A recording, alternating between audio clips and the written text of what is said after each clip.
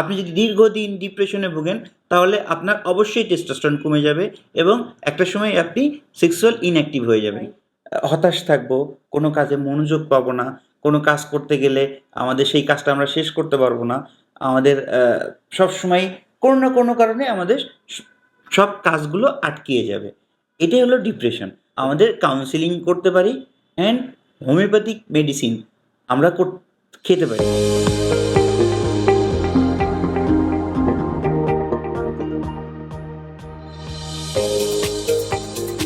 আসসালামু আলাইকুম।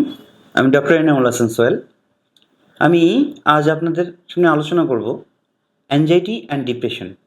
আমাদের বাংলাদেশের অর্থনৈতিক অবস্থা, পরিবেশগত অবস্থা এবং সামাজিকগত অবস্থার কারণে আমরা এখন ধীরে ধীরে বেশিরভাগ মানুষ অ্যাংজাইটি অ্যান্ড ডিপ্রেশনে ভুগছি। কেন? কারণ আমাদের যে পরিবেশগত কারণে আমরা এখন প্রচুর পরিমাণে জব স্ট্রেস, আমাদের বিজনেস স্ট্রেস, প্রফেশনাল লাইফ ছাড়াও আমাদের পারিবারিক লাইফ স্ট্রেস নিয়ে আমরা স্ট্রেসে পড়তেছি। তো স্ট্রেস এবং ডিপ্রেশন এটা আমাদের সাথে এখন ওতপ্রোতভাবে জড়িত।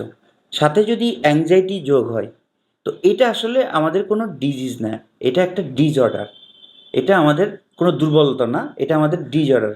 তো এই ডিসঅর্ডারটা হলে অ্যাংজাইটিটা কী? অ্যাংজাইটি হলে আমরা সাধারণত ভুল করব, আমরা কোনো কিছুতে মানে সবসময় ভয় পাবো, আমাদের পালপিটেশন বেশি হবে, আমরা রেস্টলেস হয়ে যাব, আর কোনো কিছুতে আমরা ডিসিশন নিতে পারবো না। That is called anxiety. And ডিপ্রেশনটা হলে কী হবে?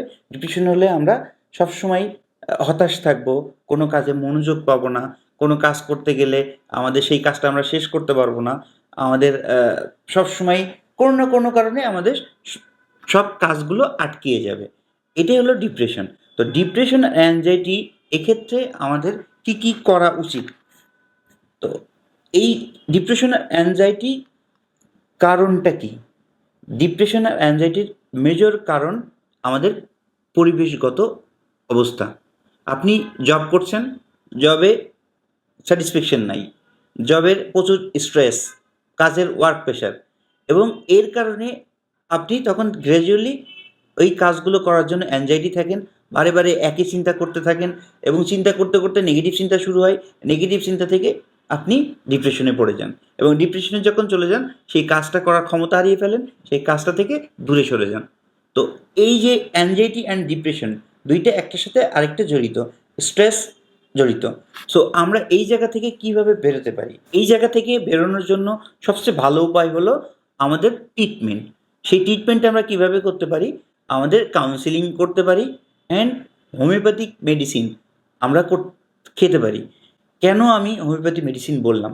হোমিওপ্যাথি মেডিসিন সবসময় দেখবেন, একটা ডক্টর যখন কনসালটেন্টের কাছে আপনি যাচ্ছেন হোমিওপ্যাথিক মেডিসিন নেওয়ার জন্য, সে ফার্স্ট আপনাকে কোশ্চেন করবে আপনার রাগ কেমন, আপনি কথা বলতে পছন্দ করেন কীভাবে, আপনার পছন্দ কী, আপনি রাগ করলে কী করেন, আপনি কী খেতে পছন্দ করেন, কী টেস্ট করেন, এগুলো সব সাইকোলজিক্যাল কোশ্চেন। তাহলে কেন করা হয়? কারণ এটা মন এবং শরীরের সাথে ওতপ্রোতভাবে জড়িত। আপনি যদি দীর্ঘদিন ডিপ্রেশনে ভোগেন তাহলে আপনার অবশ্যই টেস্টোস্টেরন কমে যাবে এবং একটা সময় আপনি সেক্সুয়াল ইনঅ্যাক্টিভ হয়ে যাবেন। সো এই যে দেখেন, একটার সাথে আরেকটা জড়িত। সো এই ট্রিটমেন্টটা শুধুমাত্র আমরা হোমিওপ্যাথি করে থাকি। অ্যান্ড এই হোমিওপ্যাথি মেডিসিনের ক্ষেত্রে আমাদের ডিপ্রেশনের জন্য অনেক মেডিসিন আছে। তার মধ্যে আছে নেট্টামিওর, ইগনিশিয়া, সিপিয়া, ক্যালিফস, ক্যালকেরিয়া-ফস, আমাদের আসে হলো নাক্সভোম, আমাদের অনেক ধরনের ডিপ্রেশনের মেডিসিন এসে থাকে। তো সেক্ষেত্রে ডক্টর কনসাল্ট করেই সাধারণত আমরা এই টাইপের মেডিসিন দিয়ে থাকি। Depression and anxiety and counselling এইটা আবার একটার সাথে আরেকটা জড়িত। অ্যাংজাইটি অ্যান্ড ডিপ্রেশনে যখনই ভুগবেন তখনই আপনি কোনো কনসালটেন্টের কাছে গিয়ে কাউন্সেলিং নিবেন এবং সে যেভাবে আপনার লাইফস্টাইল মেনটেন করতে বলবে, অর্থাৎ মেডিটেশন, এক্সারসাইজ, অবশ্যই বলবো যে মেডিটেশন খুবই ইম্পর্টেন্ট।